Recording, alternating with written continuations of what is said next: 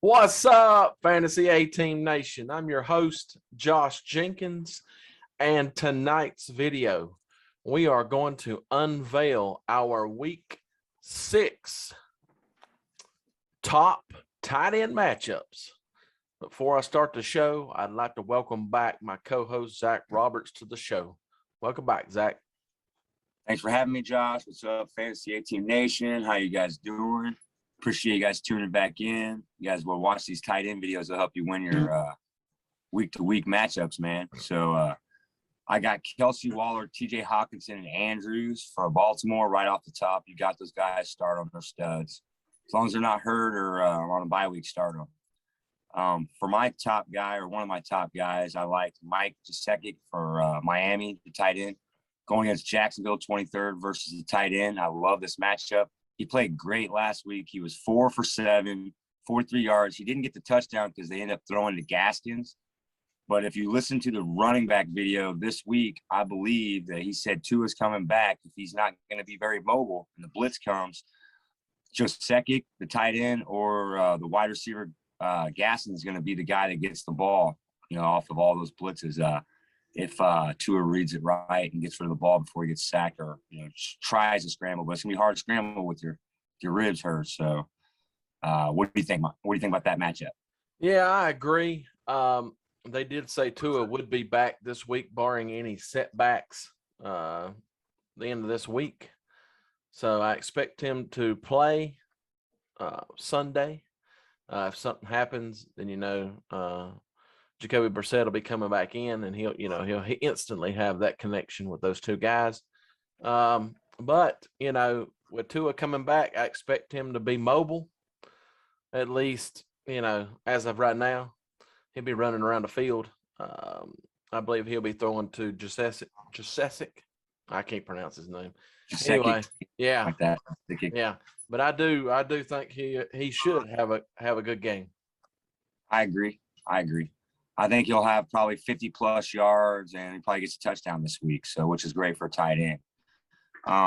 Probably another guy we need to mention right off the bat, because I like that matchup, but Dawson Knox, he's going against Tennessee, the third ranked versus tight end. I still love this matchup because this guy's a stud in a high powered Bills offense, and has shown even against my Chiefs last week that he can, get wide open and, put the pressure on and make the catch, and even in the red zone, because he's got a touchdown in like the last 5 games. So he's really hot. We've been talking about him for like the last 5-6 weeks, every week. He was been on our waiver wire, I believe, every week, if you haven't tuned in for the waiver wire videos. But yeah, man, this guy's a stud. He should be available, and you should be able to pick him up and play him. It's a great matchup. Yeah, I agree. Listen, Tennessee's going to have to make a choice. Are we going to double Diggs and leave Knox open along with Emmanuel Sanders and Cole Beasley, or are we going to play man-to-man? And you got Devin Singletary coming out of the backfield. I mean, dude, they are really a hot offense, man. They're one of the best in the AFC, people. What I expect, they're going to double-team Diggs and then, let the rest of them eat. So. And that's what's been dictating. I mean, Cole Beasley has been quiet of some, but dude, don't think that he's not installed in that offense. And once he's open, man, the guy can break one also, man. He's like a little Wes Welker kind of. Yeah, that was a good comparison, Wes Welker. Yeah. Or Danny Amendola, whichever one. Another like a Amendola for sure. So after that, we got I don't know, who do you want to go with, Higbee or Cook next? I think they both could be interchanged. Both their offenses are pretty hot. So, yeah, I would agree. Herbert, he's slinging the ball. He's a baller, man. He's putting up some massive numbers on the fantasy. And notice Mike Williams didn't make the list, people, on the wide receiver list because he's kind of injured, has a tough matchup. So that leaves Jared Cook, I think, is a great matchup this week versus Baltimore, the 30th ranked defense. I love that matchup.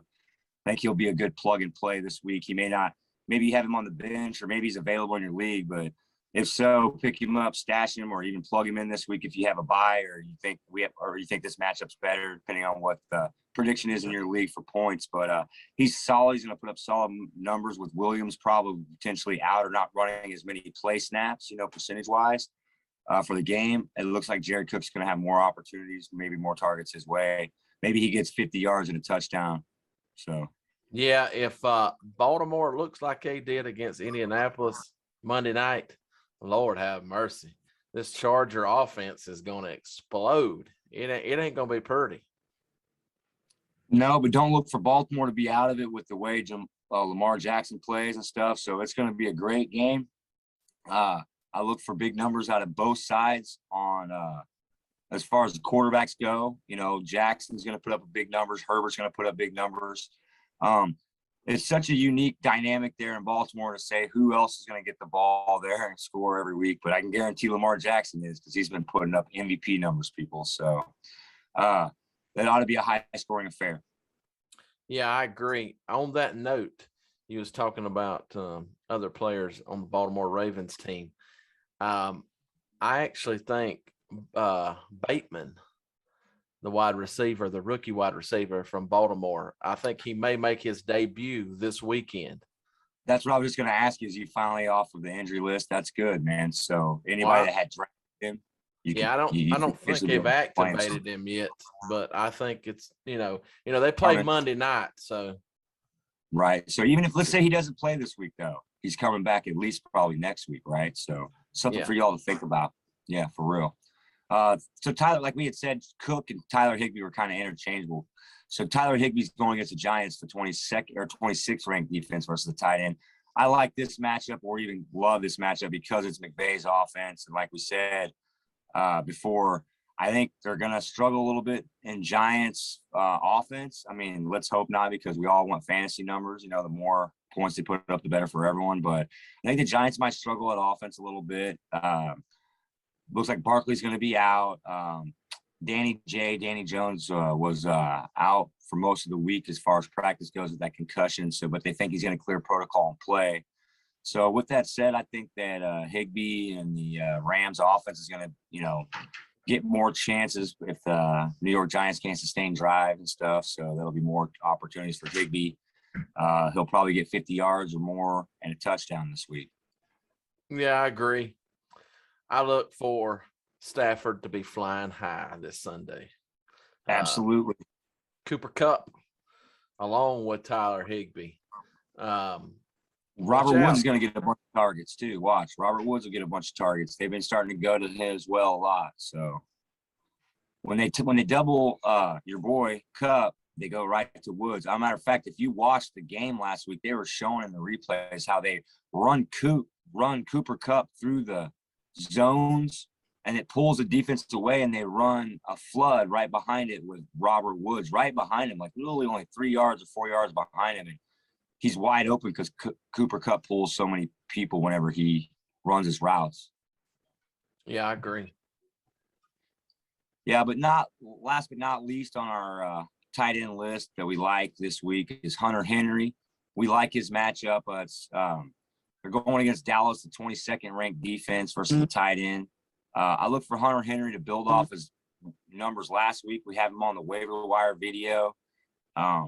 He's got a lot of chemistry, and in New England they use that double tight end set a lot. Remember when they did before? So he has a lot of experience with moving his athletes around, especially towards the red zone, and going double tight end or having tight ends on two tight ends on one side, left or right, depending on the strong or weak side of the defense.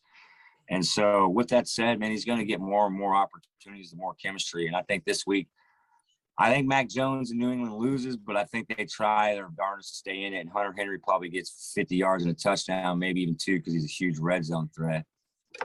Yeah, when Hunter Henry, when he played for the Chargers and he was able to stay healthy, he was a beast at the tight end position. I think he's only going to get better in New England.